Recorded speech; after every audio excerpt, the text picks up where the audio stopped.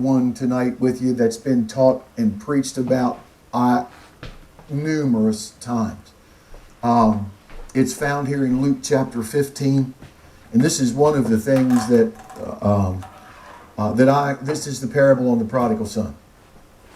And when I first got in the ministry, I wrote a sermon on the prodigal son, and I thought, I've got that covered.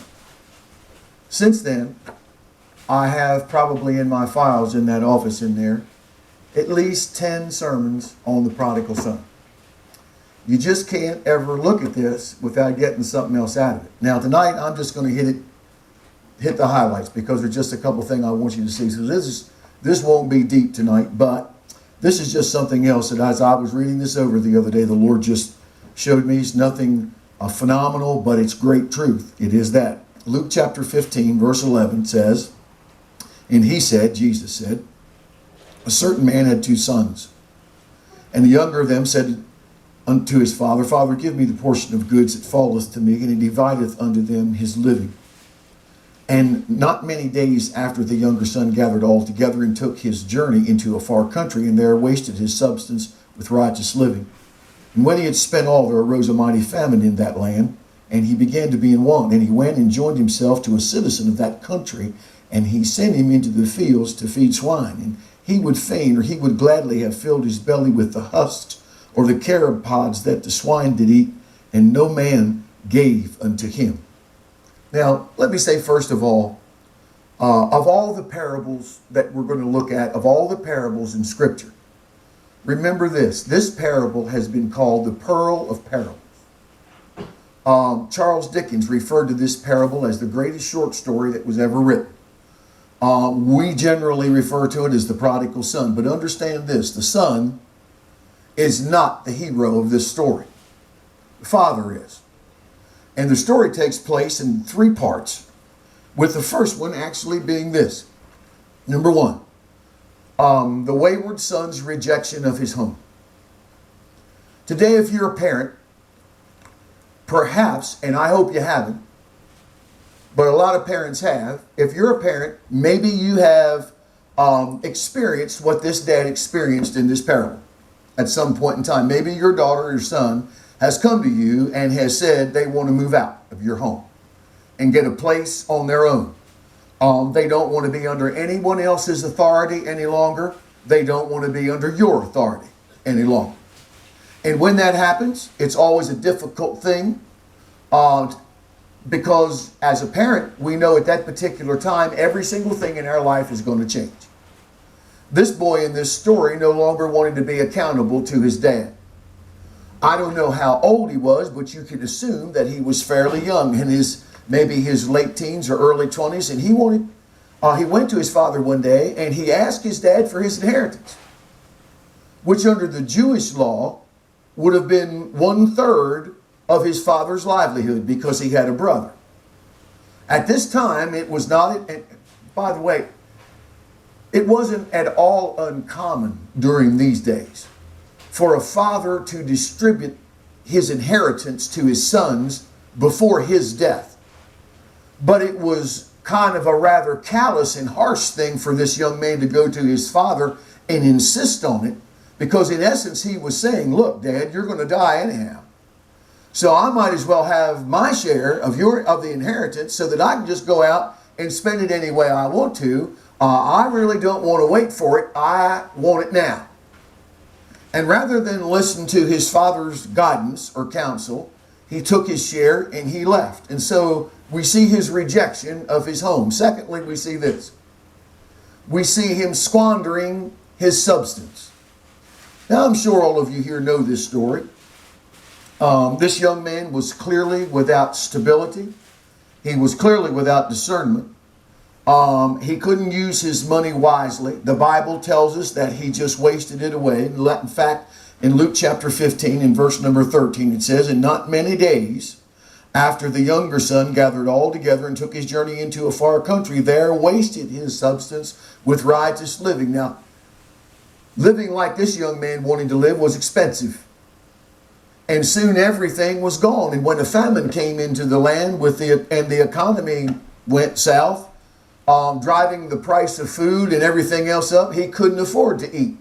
And he couldn't afford to live like he was living. He couldn't afford to exist, hardly. And all those friends who had helped him spend his inheritance suddenly were nowhere to be found. And he was forced to take a job slopping hogs, which, by the way, is the lowest job in the Jewish society, because pigs were physically and ceremoniously unclean in Jewish tradition. And so this young man quickly went from the heights of high living to the lows of low living in a very short order.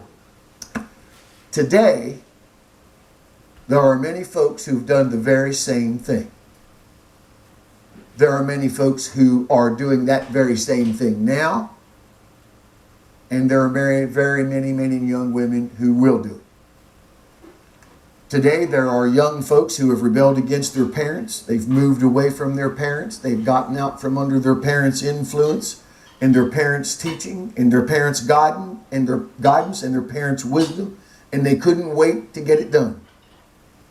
Only to wish one day, many of them, that mom and dad was still alive. That they could go back there for a little advice and a little help, and to be able to go home again and feel the love that mom and dad had for them, whose guidance they rejected, yet they know that mom and dad never stopped loving them. This boy, even though he had moved to what Jesus called a far country, even though he had rebelled against his dad and everything his dad had taught, his father was never far from him. I've always loved this phrase that Jesus used here in this story. Let's read it together. It's in verse 17. And we'll read some scripture with it. Here's the phrase. And when he came to himself. I like that phrase, and I'll tell you why in a minute. He said, how many hard servants of my father's have bread enough and to spare, and I perish with hunger. I will arise, go to my father. I will say unto him, Father, I have sinned against heaven and before thee, and am no more worthy to be called thy son. Make me as one of thy hard servants. When I read that, I get the idea, that phrase beginning verse number 17, I get the idea that this boy had demanded, when he demanded his inheritance from his dad and left his father's home, he wasn't himself. That's what that tells me. It says here, and when he came to himself. In other words, when he left with his inheritance, the way he asked for it and under the circumstances that he left, he really wasn't himself. He wasn't thinking clearly or rationally when he did that.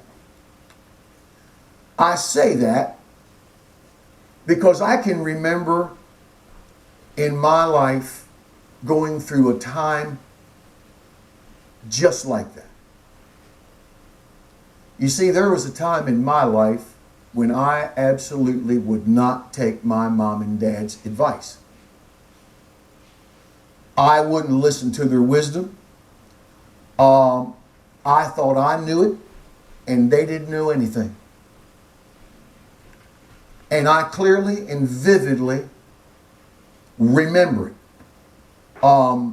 What they were trying to get me to see and the direction they were trying to get me to take, I saw as a bother in my life. I thought my dad and my mom were just trying to run my life for me, and I wanted to be on my own, and I wanted to make my own decisions, and I didn't want anybody telling me what to do, and I didn't want their advice, and then I wound up in the doggone Marine Corps, where somebody tells you where to eat and what to wear and whatever. But you know, over the years, I've thought back about all of that, and I've had to do some soul searching and forgiveness asking. I know that my parents loved me. I know they wanted the best for me. They didn't want me to make the mistakes that I made with my life, but I just wouldn't listen. And I've thought hundreds of times, if I only had it to do over.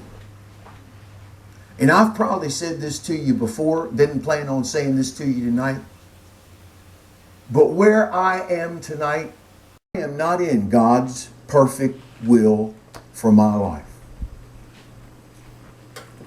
I'm in God's permissive will for my life. Because if I had done what I ought to do back when I should have done it, I don't know where God would have put me tonight. I might be right here. I don't know. But I know that I fouled up so bad as a young man that I missed God's perfect will for my life. Now, I still am enjoying the blessings of God. But I don't believe I'm being blessed like God would have blessed me. You see, there's God's perfect will, and there's God's permissive will. I tonight am in God's permissive will. Jesus here uses this phrase, but when he came to himself, as though this young man was involved in some sort of madness. You see, for a season in time, he had lost what I lost. I lost what he lost. And that was the ability to think rationally and carefully. I had what he had. My own agenda. And he was determined that he was going to keep it. So was I. And now faced with this terrible reality of being hungry and filthy, he remembered his home. And I like that. He came to himself, the Bible says. And here's what he found when he came to himself. He's eating the same thing pigs eat. That must have been a sudden uptake. He knows his father's hired servants are eating better than he is. And his circumstances are, he is the son of a wealthy estate holder, and here he sits in a pig pen, eating what pigs eat, carob pods, and suddenly he thinks, something is wrong with all of this. What in the world have I done with my life? And so he makes a decision. He decides to go home and take his poison, so to speak, and admit to his dad about his rebelliousness and admit his sin and ask his father to take him back, not as a son, but as a hired servant. Having wasted his inheritance and violated his sonship, he knows he no longer deserves to be called a son. Now watch this now. But he has hope. His hope is that his dad will take pity on him, and at least, if he won't take him back as a son, maybe he'll take him back as a servant. Number 3, his reception. Verse 20. And he arose and came to his father. But when he was yet a great way off, his father saw him and had compassion and ran and fell on his neck and kissed him. And the son said unto him, Father, I have sinned against heaven and in thy sight, and am no more worthy to be called thy son. But the father said to his servants, Bring forth the best robe and put it on him. Put a ring on his hand and shoes on his feet. Now in the Greek, in the original passage, it indicates that after his son left, took his inheritance and went to the far country, the father didn't just sit in the house or go about his daily chores and do the same thing. But here's what his dad did. Regularly, his father would go to a vantage point where he could see the road that his son disappeared down. And he watched that road regularly. And each day the father would go there, and he waited day after day for his son to return. And he longed to just see him coming back. And when the day comes that he finally sees him returning in the distance, shuffling up the road towards home, you see, this father knows the gait that his son walks with. And he's seen other people come up the road, but he knows this figure coming up the road is different. And the father gets up and he races out down the road, even though he sees an individual way down there and can't see the face. He knows it's his son, and he embraces him and he showers him with kisses. And I know you can picture this. Here he is. He's come back. He's tired. He's unkept. He's filthy. He's got dirty clothes on. His hair is filthy. But he's ready to sign on as a farmhand. And his father rushes out to meet him and he embraces him, and there's forgiveness in every kiss that his father lays on him. And there's love and acceptance in every hug that his dad gives him. And rather than finding anger and frustration, this son finds forgiveness and compassion and love, something he never thought he'd find. And he begins to make this speech that he prepared to his dad about asking for a job. But before he can ask for the job, a robe is sent for. And this filthy young man is wrapped in a purple robe.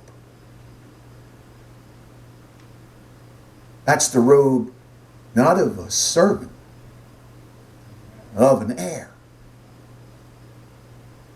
You see, it's his father's way of saying, you're back, you're home, you belong because you're my son.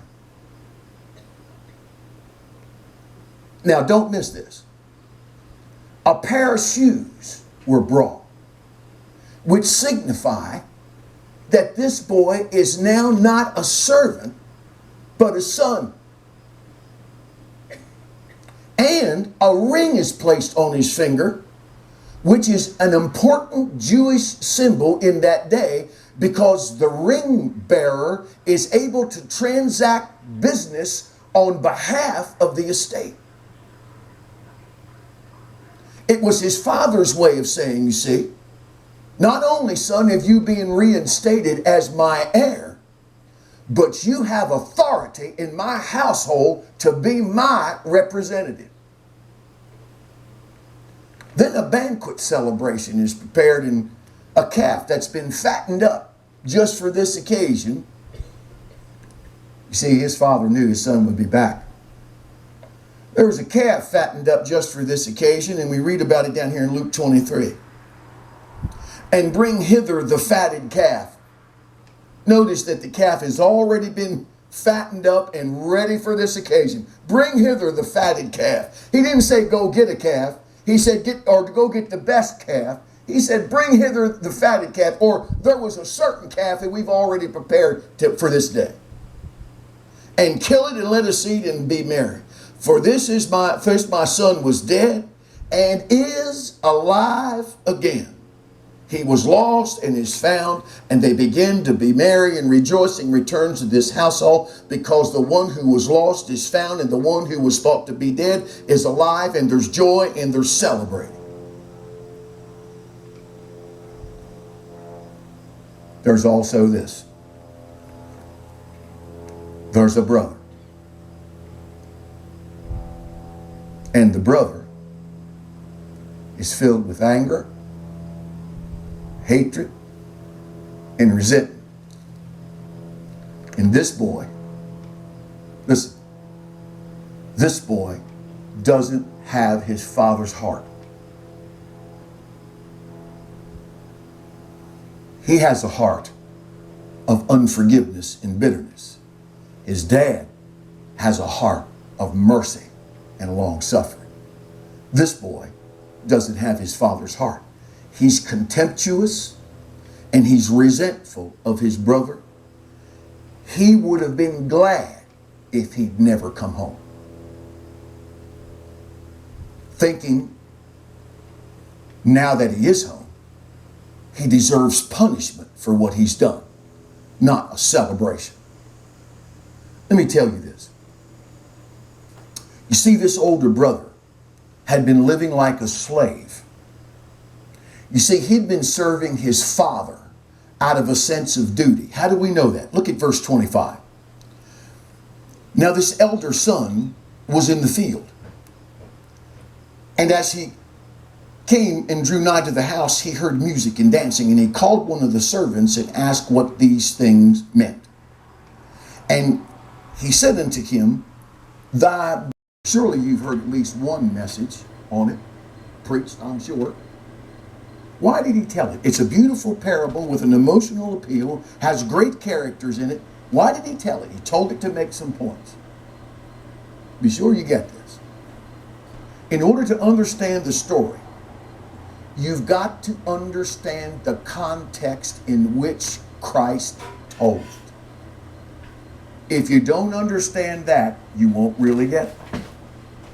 And here's the context in which he told it. This was the situation or the setting. Luke chapter 15, verse number 1. Then drew near unto him all the publicans and sinners for to hear him, and the Pharisees and the scribes murmured, saying, this man receiveth sinners and eateth with them. You see, Jesus at this particular time when he told this was being criticized for spending time with publicans and sinners. And so he tells the story of a father who received back a prodigal son, a sinner, and forgave him, and not only forgave him, but sat down and ate with him. And this parable acted like a mirror for those who offered criticism of Jesus for showing love and compassion to sinners. Jesus had some lessons for them. One being this. This story teaches that you can be very far away from God and yet still be very near. There were no people on the face of the earth whose lifestyles were more diverse than sinners and Jesus, and yet the Lord ate with them.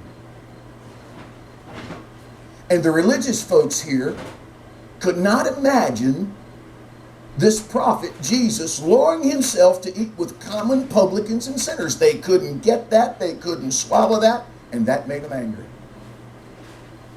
Yet here was the picture of a father in this story that Jesus told, setting a banquet table for a prodigal. In this story that Jesus shared with them, this father accepted this son back, no questions asked. You see, folks, the Pharisees were correct in referring to those characters as sinners. But those sinners recognized themselves for what they were. They knew who they were. They knew they had no standing with God. They knew they had no merit before a holy Lord. Yet that allowed them to recognize Jesus as the Messiah, the very thing the Pharisees and scribes missed. This prodigal son was in a far country. Yet his thoughts were with his father, and his father was closer than the young man realized. I like the way Jesus tells that, because it's such a wonderful truth. And yet on the other hand, there's this. This parable teaches that we can also be very close to God, we think, and yet very far away. Think about this. No one represented the standards of righteousness any better than the Pharisees did. Here's what the Pharisees and scribes of that day did. They lived by the laws and sub-laws, and they even created new laws to help them live by the old laws. They were law crazy. Outwardly, they were righteous. Inwardly, they were self-righteous and unholy people. In this parable, this older son was the model son on the outside. Staying at home, doing his father's bidding, being there, meeting what every need was there. Anybody that knew him would have said, such and such, you've got a great son. Your other son ran off, but this son sticks with you. He does everything you ask him to do. He looks like anybody would want to have a son like that.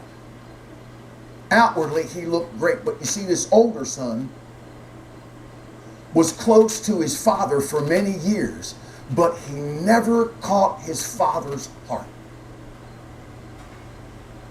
His father was loving and compassionate and forgiving, but this older boy was obstinate and self-righteous and unforgiving. He never caught his dad's heart.